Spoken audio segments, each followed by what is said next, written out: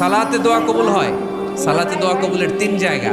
একটা হচ্ছে তাকবীরে তাহরিমার পরে আমরা সানা পড়ি না, আমরা তো একটা পড়ি, আল্লাহর হাবিব সুন্নাহ এবং নফল নামাজে আরো পড়তেন সানা, ওই দোয়া কবুল হয়। দুই নম্বর জায়গা সালাতে সেজদায় পড়ে দোয়া করলে কবুল হয়। আকরাবু মা ইয়াকুনুল আবদু মির রাব্বিহি ওয়া হুয়া সাজিদ ফাকফিরু ফিহি দুআ। বান্দা যখন সেজদায় লুটিয়ে পড়ে, বান্দা আল্লাহর সবচেয়ে কাছে চলে যায়। তো কিন্তু বিশ্বনবী বলে সেজদাটা তোমার রবের কুদরতি পায়ের উপরে পড়েছে। সেজদায় পড়ে দোয়া করেন। সালাম ফিরানোর আগে বিশ্বনবী দোয়া করতেন, লা ইউসাল্লিমান্না আহাদুকুম হাত্তা ইয়াতাআওয়াযা মিন আরবা'a।